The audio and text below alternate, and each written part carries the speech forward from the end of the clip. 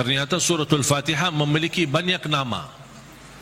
Disebutkan nama di antara lain Al-Fatihah, Ummul Kitab, Ummul Quran, As-Salah, Asy-Syafiyah, Ar-Raqiyah, Al-Waqiyah, menyembuh segala penyakit, melindungi dari segala bahaya, gangguan, godaan, bahkan bisa menjadi ruqyah.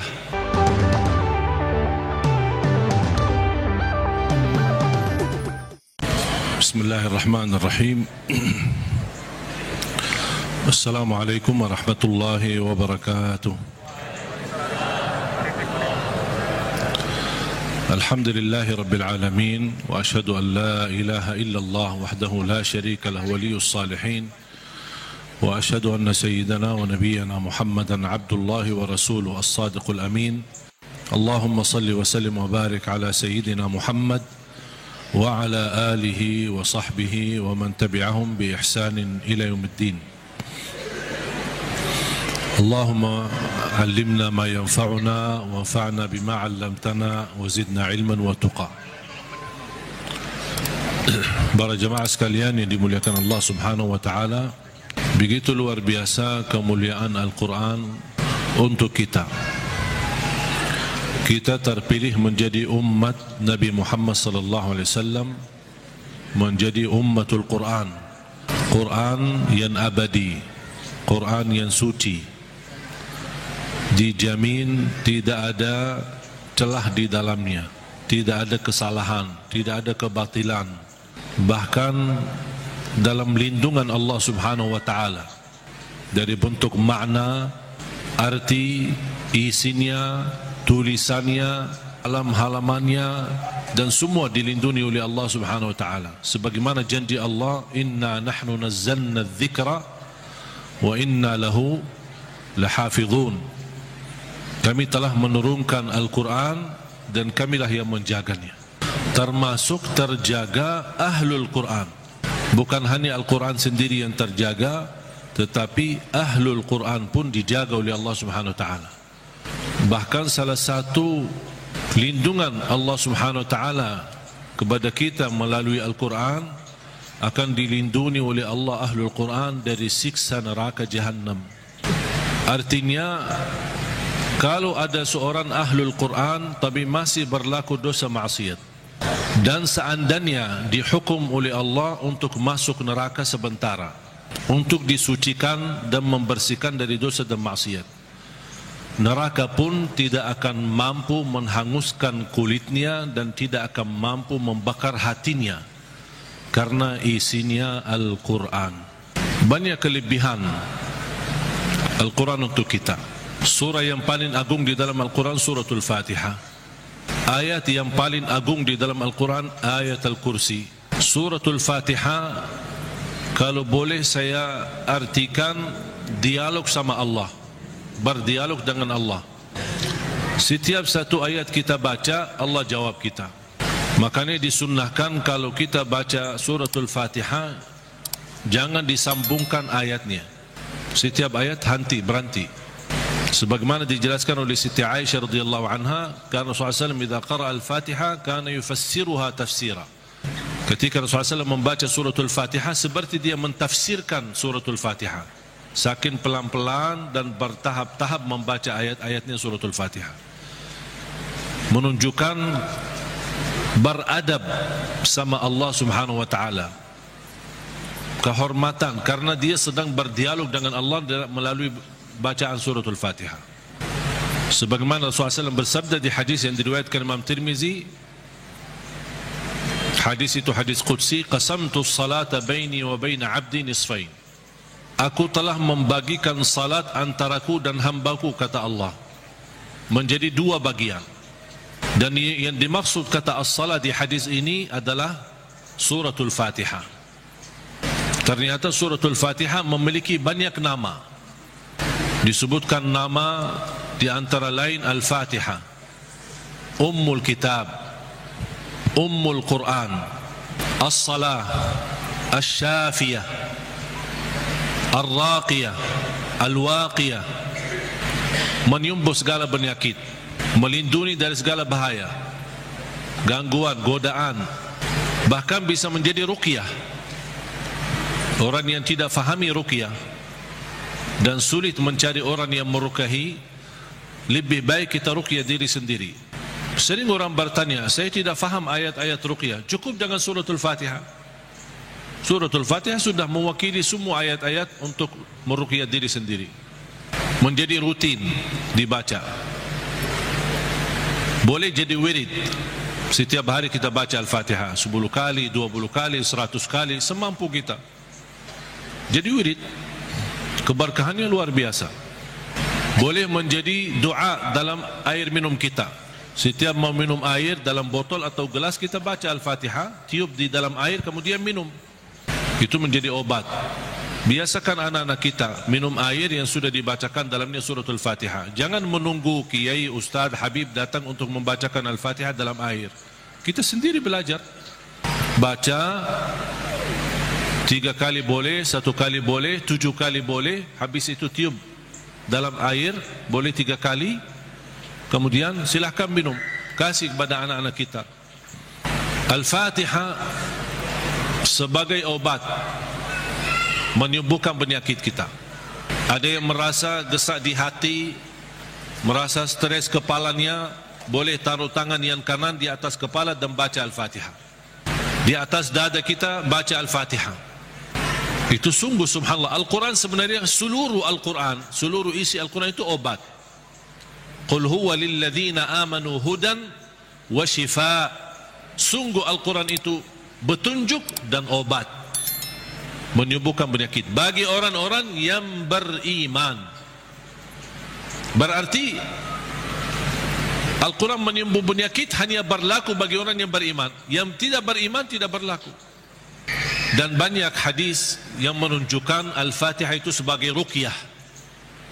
Sebagaimana hadis Abu Musa Al-Ash'ari radhiyallahu an, ketika mengobati seorang kepala kampung yang sambat sakit, kemudian dibacakan Al-Fatihah, kemudian faka'annama nashita min iqal, sampai dia sembuh seperti tidak pernah sakit sebelumnya.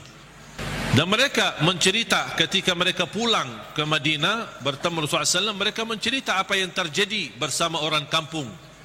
Di antaranya kepala kampung yang sedang sakit, dibacakan Al-Fatihah, dia sembuh. Rasulullah SAW bersabda, wa ma yudrika annaha ruqyah.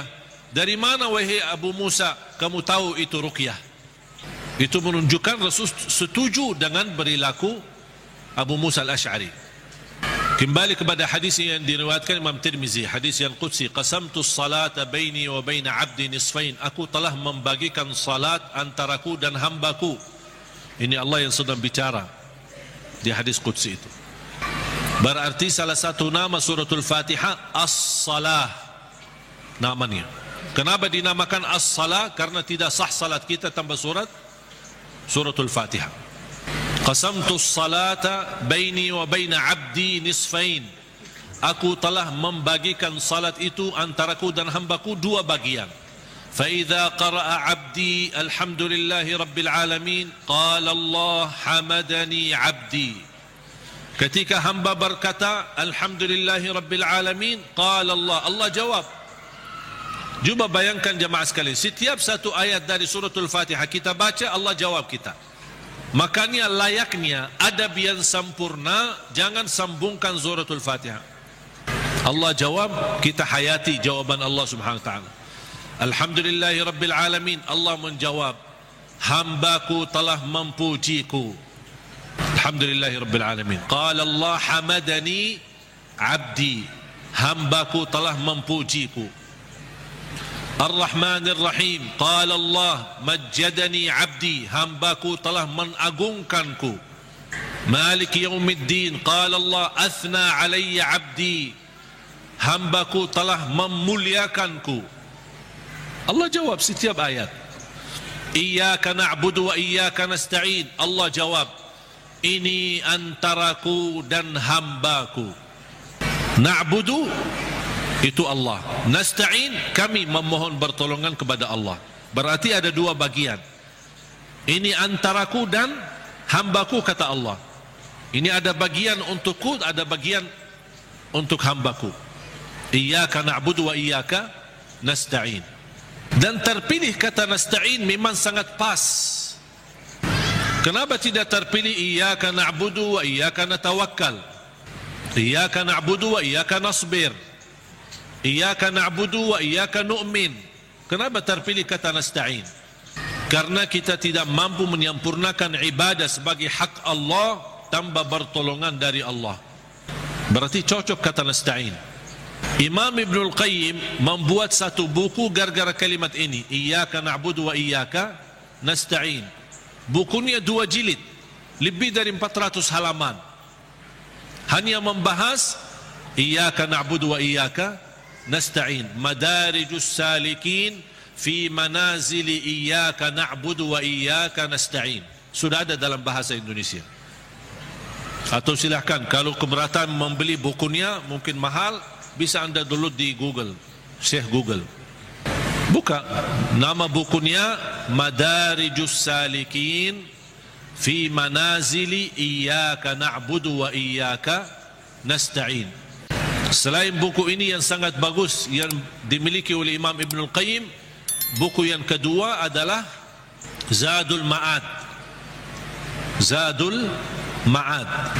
Kata guru saya, fantasnya dan layaknya setiap orang Muslim menyimpan buku ini di samping tidurnya, di tempat tidurnya. Sebelum mau tidur, baca walaupun 1 halaman dari buku itu. Kenapa? Karena buku Zadul Ma'ad termasuk buku yang terbagus membahas ibadah-ibadah dan sehari-hari Nabi Muhammad. Dan kita bisa terapkan setiap hari. Ini baca amalannya apa, ini baca amalannya apa.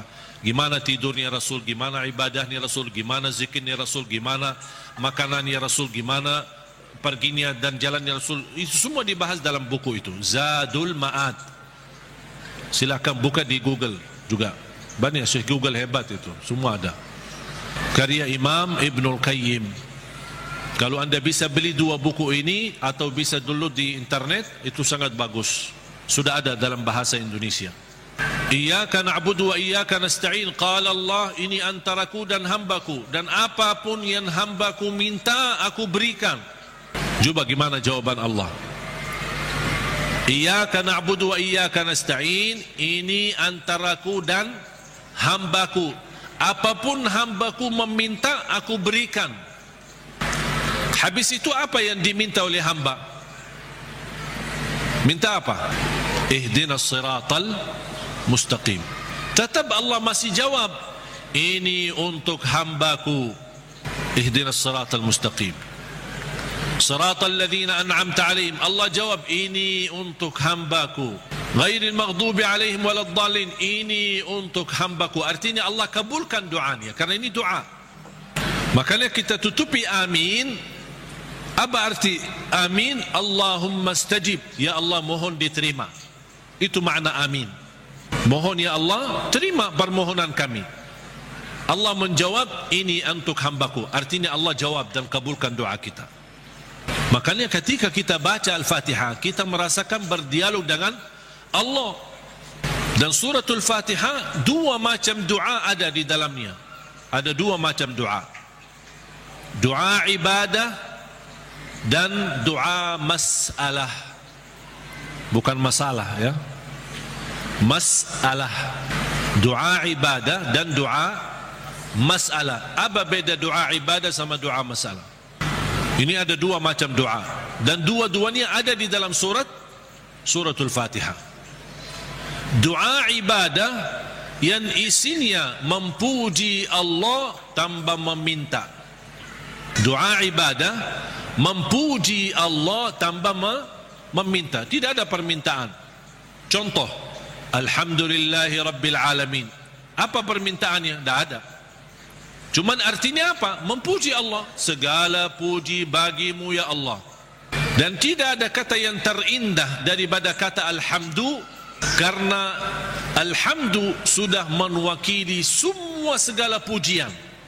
Artinya jamaah sekalian, kalau ada di antara kita yang tidak faham cara yang terbaik memuji Allah, tidak hafal kata-kata yang panjang dan indah, tidak hafal Asmaul Husna, Aku ingin memuji Allah, cukup satu kata, Alhamdulillahi Rabbil Alamin, mewakili segala pujian. Makanya kata ini sangat luar biasa. Kalau diartikan dalam bahasa Arab, segala puji bagimu ya Allah, artinya semua pujian bagimu ya Allah, segalanya. Makanya disebut kata itu doa ibadah, karena isinya memuji Allah tapi tidak meminta, tidak meminta apa-apa. Doa yang kedua, doa masalah, yang isinya memohon sesuatu, memohon sesuatu. Contoh, ihdinas siratal mustaqim, itu kan ada permintaan, makanya disebutkan doa masalah. Layaknya setiap kita berdoa diawali dengan doa ibadah, baru masuk kepada doa masalah. Itu adab, tata cara doa. Jangan langsung baru berdoa, ya Allah ampuni ya Allah. Puji dulu, karena Allah senang mendengar pujian hamba. Allah senang. Buat Allah senang dulu, baru minta. Dan itu sudah dibuktikan oleh suratul Fatihah. Makanya saya selalu berkata, bagi orang awam yang tidak bisa berdoa, tidak mampu doa, tidak hafal doa, atau tidak memfahami bagaimana bisa berdoa, dia cukup membaca Al-Fatihah, mewakili semua doa. Karena isinya doa ibadah ada, memuji Allah tanpa meminta, dan juga ada isinya doa masalah. Boleh enggak saya baca Al-Fatihah supaya anak saya mendapatkan hidayah, supaya anak saya disembuhkan oleh Allah, supaya saya dapat jodoh, supaya saya diberikan kemudahan? Doa. Al-Fatihah mewakili semua doa bagi orang yang tidak faham doa atau tidak bisa berdoa. Jadi diawali doa kita dengan ibadah atau doa ibadah yang isinya memuji tanpa meminta, baru masuk ke tahap yang kedua, doa masalah, memohon kepada Allah SWT. Dan juga tolong jemaah sekalian perhatikan, habis dibacakan Al-Fatihah sampai iyyaka na'budu wa iyyaka nasta'in, belum meminta apa-apa. Kita memuji Allah, mengagungkan Allah, memuliakan Allah, kemudian kita mengaku sebagai hamba Allah, dengan kita ikrarkan iyyaka na'budu, itu hakmu ya Allah, dan kami memohon pertolongan. Dan pertama permohonan bertolongan kepada Allah, dan yang terbaik pertolongan yang kita mohonkan kepada Allah adalah minta hidayah kepada jalan yang lurus. Jemaah sekalian, ayat Al-Fatihah disusun itu betul-betul rapi, tidak sembarangan kata-kata yang terpilih, termasuk meminta hidayah. Kalau kita dapat hidayah, segala urusan kita beres. Karena kata ihdinas siratal mustaqim bukan berarti kita memohon hidayah kepada jalan yang lurus dalam hal agama. Itu tidak, bukan hanya itu saja. Tapi ihdinas siratal mustaqim dalam mengurusi rumah tangga, ihdinas siratal mustaqim dalam mendidik anak, ihdinas siratal mustaqim dalam mencari nafkah dan rezeki, ihdinas siratal mustaqim dalam kehidupan kami sehari-hari, ihdinas siratal mustaqim dalam beribadah, ihdinas siratal mustaqim dalam ikhlas, ihdinas siratal mustaqim dalam sabar, ihdinas siratal mustaqim dalam syukur. Semua hal-hal yang kita butuhkan, dunia maupun akhirat, ibadah maupun tidak ibadah, beramal apapun, kita memohon petunjuk hidayah kepada jalan yang lurus. Artinya kita memohon melalui ayat ini, kita berharap segala aktivitas kita bisa mendapatkan yang terbaik di jalan Allah. Ihdinas siratal mustaqim, berilah Allah petunjuk kepada jalan yang lurus, yang terbaik. Yang terbaik ikhlas, yang terbaik rumah tangga, yang terbaik mendidik anak, yang terbaik dalam menjaga diri, yang terbaik melindungi diri, yang terbaik mencari nafkah dan rezeki, yang terbaik mencari kerjaan yang baik, yang terbaik dalam beribadah, yang terbaik dalam tahajud, yang terbaik dalam majlis ilmu, yang terbaik dalam menghafal Al-Quran. Semua kita berharap melalui ihdinas siratal mustaqim sudah termasuk segala yang kita inginkan, dan kita hanya meminta bukan sesuatu yang baik, tapi yang terbaik. Ihdinas siratal mustaqim. Contohnya seperti apa? Siratal ladzina an'amta alaihim. Ya Allah, kami memohon petunjuk kepada jalan yang lurus sebagaimana ada hamba-hambamu yang telah mendapatkan karunia nikmat-nikmatmu. Siratal ladzina an'amta alaihim. Ya Allah, kami ingin dapat seperti mereka. seperti Sayyidina Abu Bakar, seperti Sayyidina Umar, seperti Sayyidina Utsman, seperti Sayyidina Ali, seperti Siti Khadijah, seperti Siti Aisyah. Kita ingin seperti mereka, siratal ladzina an'amta alaihim. Janganlah ya Allah seperti orang-orang yang dimurkai oleh Allah atau orang yang tersesat. Ghairil maghdubi alaihim waladdallin. Ya Allah, jauhkan, lindungilah kami dari situ, dari hal-hal yang mendapatkan kemurkaan-Mu. Kami tidak mau. Kami mau sebagaimana hamba-Mu yang telah menerima karunia nikmat-nikmat, siratal ladzina an'amta alaihim. Itu yang kami mau ya Allah. Tapi jangan di jalan orang-orang yang dimurkai Allah dan orang-orang yang tersesat.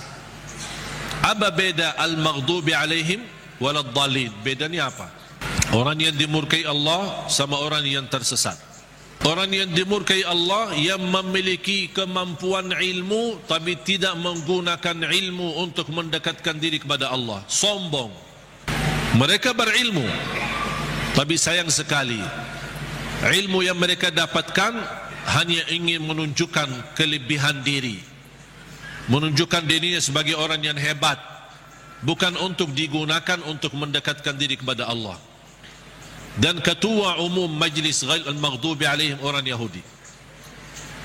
Ketua umum majlisnya orang Yahudi. Yahudi adalah kelompok atau golongan yang berilmu, tapi mereka mendapatkan kemurkaan Allah karena mereka tidak pernah menggunakan ilmu tersebut.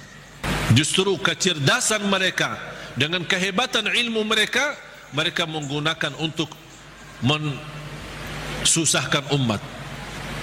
Paling hebat ilmu ekonomi Yahudi, paling hebat ilmu media Yahudi. Makanya sekarang mereka seluruh media itu dimiliki oleh Yahudi. Ekonomi dunia dikuasai oleh Yahudi karena mereka punya ilmu. Tapi mereka kenapa kuasai? Bukan untuk digunakan untuk kemudahan bagi manusia, tapi justru mereka menggunakan untuk kemanfaatan buat mereka sendiri. Makanya Allah murka terhadap mereka. Waladdallin, orang-orang yang tersesat, yang suka mengamalkan amalan-amalan tapi tidak ada ilmunya. Kenapa kamu lakukan? Tidak tahu. Saya cuma suka itu, tapi tidak ada ilmunya. Contohnya ketua umum majlis waladdallin adalah Nasrani. Nasrani ahli ibadah, beda sama orang Yahudi. Kalau Yahudi ahli ilmu, kalau Nasrani ahli ibadah. Bahkan mereka menggunakan rahbaniyah, memaksakan diri beribadah sepanjang hari. Sampai ada yang mendiamkan diri di sebuah tempat yang tidak bisa ditinggalkan, tidak mau nikah, tidak mau makan daging, tidak mau makan ini segala. Ini semua dilakukan oleh mereka. Itu yang tidak ada dasarnya, berlebih-lebihan. Islam melarang kita berlebih-lebihan beribadah. Sebagaimana ada 3 orang ketika datang ke Madinah mendengar betapa ibadah Rasulullah SAW, sambil salat tahajud, sambil bangka kakinya. Kita pernah enggak bangka kaki kita? Pernah, ketika begal, capek, urus dunia, bukan karena tahajud. Bagaimana SAW puasanya, gimana SAW tahajudnya, gimana SAW ibadahnya. Ada 3 orang mendengar berita-berita, sambil mereka merasa, aduh, kalau Nabi Muhammad begitu luar biasa ibadahnya, gimana kita? Sambil ada di antara mereka yang berkata, kalau memang begitu ibadah Rasulullah SAW, saya akan berpuasa, tidak akan buka. Artinya mau berpuasa setiap hari, sepanjang hayatnya, sepanjang hidupnya. Bukan tidak makan sama sekali, tetap makan, tapi maksudnya setiap hari mau puasa sampai mati. Yang satu lagi kata orang, saya akan tahajud, tidak akan tidur. Yang ketiga berkata, saya tidak akan nikah, karena dia merasa terhina, atau merasa dirinya rendah, atau merasa dirinya tidak ada artinya dibanding ibadah Rasulullah SAW. Kalau Rasul saja yang diampuni Allah begitu luar biasa hebat ibadahnya, aku merasa malu, ya udah saya tidak mau nikah. Mengapa? Agar saya kosongkan waktu saya untuk beribadah, mendekatkan diri kepada Allah. Ada di antara mereka yang di riwayat lain disebutkan, saya tidak mau makan daging. Berita ini, bercakapan mereka ini, berbicaraan mereka ini sampai ke telinga Rasul. Rasul naik mimbar. Ma balu aqwamin, menapa ada kaum atau berkataan seperti ini? Inni la atqakum lillah wa akhsyakum lah. Aku yang paling takwa kepada Allah dan paling takut kepada Allah. aku tahajud dan tidur, aku puasa dan buka puasa, aku makan daging atau juga nikah. Rasul menceritakan ini semua tidak akan menghalangi kita kalau kita mau bersungguh-sungguh beribadah. Itu yang disebutkan kata rahbaniyah yang sering dilakukan oleh Nasrani. Makanya kita memohon petunjuk pada jalan yang lurus, tapi jangan sampai kepada jalan yang dimurkai Allah atau jalan yang tersesat. Kami tidak mau punya ilmu tapi tidak pernah gunakan ilmu untuk mendekatkan diri kepada Allah. Saya tidak mau juga beramal tanpa ilmu karena saya khawatir nanti jadi orang yang tersesat. Amin. Allahumma terima. Ya Allah, mohon diterima. Oleh karena itu jemaah sekalian dimuliakan Allah Subhanahu wa taala, coba betapa mulianya suratul Fatihah. Saya hanya menyampaikan sejarah singkat. Saya belum membahas sejarah detail. Mulai dari Bismillahirrahmanirrahim, mulai dari Alhamdu, bagaimana, kenapa ada al dan apa arti daripada al, kenapa terpilih Alhamdulillahirrabbilalamin menjadi ayat yang pertama. Ada juga berbeda pendapat Bismillahirrahmanirrahim adalah ayat yang pertama. Makanya kalau sebagian ulama menganggap Bismillahirrahmanirrahim ayat yang pertama, makanya dijahar dalam salatnya. Makanya kita perhatikan rata-rata Al-Quran itu selalu Bismillahirrahmanirrahim. Al-Fatihah ada ayat nomor 1. Dibandingkan Bismillah di surah yang lain tidak ada angka. Betul? Karena itu berbeda pendapat antara ulama. Apakah Bismillah itu salah satu ayat dari suratul Fatihah atau tidak? Walaupun sebagian besar memilih Bismillah salah satu dari surat Al-Fatihah, sebagian besar. Sebab ayat suratul Fatihah ini Bismillah, apakah ayat pertama atau tidak, muncullah persoalan yang kedua, apakah boleh jahar atau tidak. Kalau tidak dijahar, tetap boleh atau tetap mewajibkan atau membaca Bismillah. Bagi orang yang suka baca sir, tetap baca Bismillah karena dia sebagian dari surat.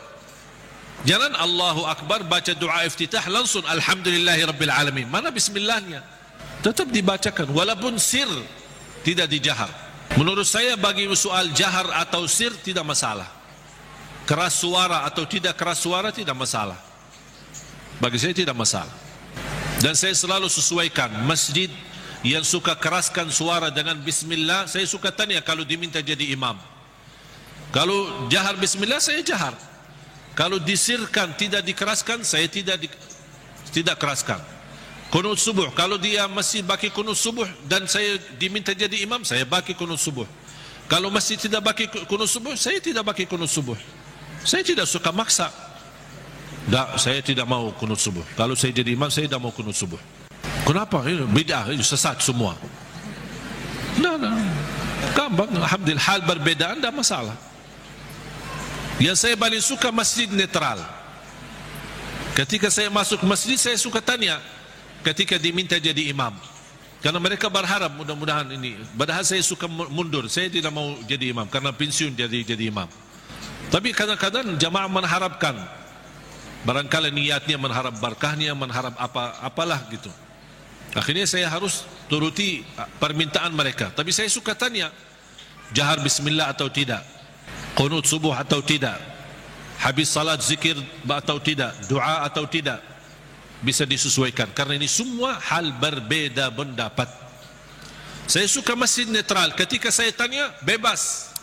Mau jahar boleh, tidak jahar boleh, kunut boleh, tidak kunut boleh, bebas kami, tidak masalah. Kita ikuti imam, yang penting kita salat. Dan itu yang kita perlukan, masjid yang netral, tidak fanatik, supaya kita bisa bersama-sama. Bismillahirrahmanirrahim. Kalau kita hitungkan Al-Fatihah berapa ayat? Berapa? 7. Itu sudah disepakati. 7 ayat. Sekarang gimana kita bisa jelaskan?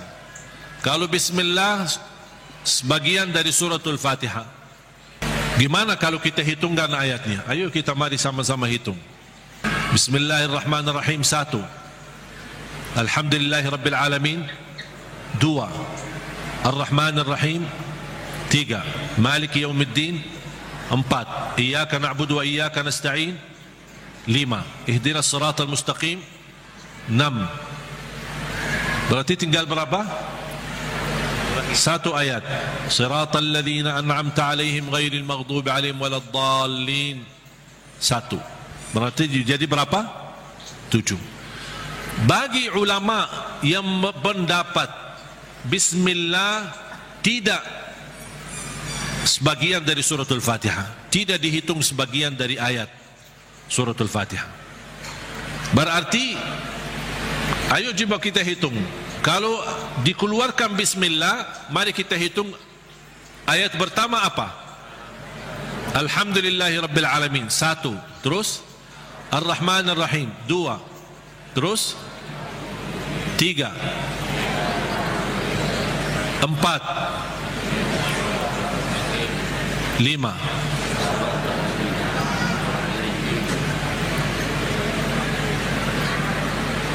Ini kan 1. Siratal ladzina an'amta 'alaihim ghairil maghdubi 'alaihim waladdallin 1. Berarti berapa? 6. Terus 7-nya mana? Siratal ladzina an'amta 'alaihim terus ghairil maghdubi 'alaihim. Ulama yang menganggap bismillah tidak sebagian dari ayat suratul Fatihah, siratal ladzina an'amta 'alaihim, stop, 1 ayat. Itu yang menjadi yang ke-6. Ghairil maghdubi 'alaihim waladdallin yang ke-7. Karena siratal ladzina an'amta 'alaihim sudah sempurna makna. Kalau kita berhenti sudah selesai, makna jelas, sempurna, tidak ada kaitan dengan selanjutnya. Makanya dianggap itu 1 ayat. Walaupun rata-rata Al-Quran yang kita lihat semuanya tidak ada angka di situ kan? Karena apalagi yang di Madinah yang menuliskan Al-Quran ini, salah satu ulama namanya Syekh Uthman Taha, penulis Al-Quran di kota Madinah, dia mengikut mazhab Imam Syafi'i. Makanya dia menuliskan bismillah ayat nomor pertama. Dan itu yang diberlakukan oleh sebagian besar di mana-mana, di Mesir, di mana-mana selalu Al-Quran kita perhatikan selalu bismillah ayat yang pertama. Yang saya ingin sampaikan, yang kita sudah fahami, Al-Fatihah 7 ayat. Jahar bismillah, tidak jahar bismillah itu tidak masalah. Yang penting kita bisa memperhatikan bacaan-bacaan kita, khususnya suratul Fatihah. Kalau bisa berlahan-lahan, bertahap-tahap, tidak sambungkan ayatnya, karena kita ingin menhayati, berdialog dengan Allah Subhanahu wa ta'ala. Sudah jelas? Oleh karena itu jamaah sekalian, mari kita sama-sama belajari dalami suratul Fatihah, surah yang paling agung di dalam Al-Quran, surah yang luar biasa, memiliki keistimewaan, memiliki keberkahan yang dahsyat. Jangan kita hanya membaca sampai 17 kali di dalam salat fardu tapi tidak merasakan sedikit apapun dalam hati kita. 17 kali itu minimal, tapi kita tidak merasa apa-apa, seperti ayat-ayat yang lain. Padahal suratul Fatihah ini kalau betul-betul kita bisa fahami dan belajari dan mendalaminya, wallahi bakal nangis saking agungnya dan indahnya suratul Fatihah. Cukup keindahan di dalamnya kita berdialog dengan Allah. Kita hamba yang masih banyak dosa, yang masih kotor, yang tidak banyak kekurangan, yang tidak banyak sempurna, banyak kekurangan ikhlas kita dan banyak kekurangan khusyuk kita. Tapi ketika kita baca Al-Fatihah, Allah masih berkenan menjawab kita di setiap ayat yang kita baca. Oleh karena itu hayati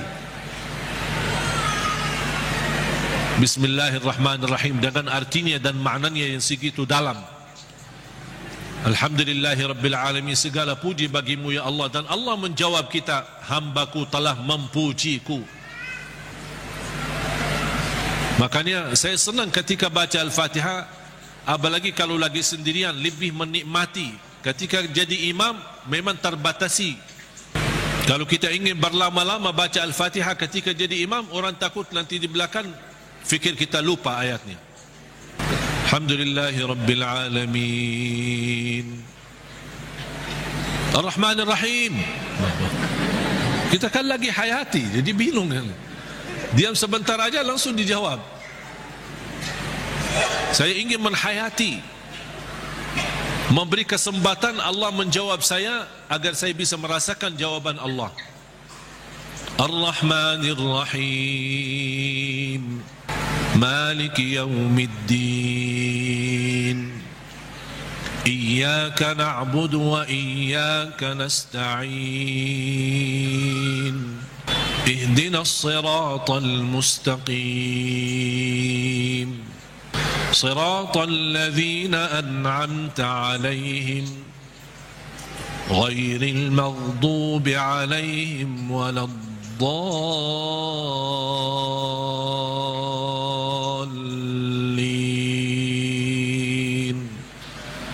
آمين. Amin sama seperti baca Yasin.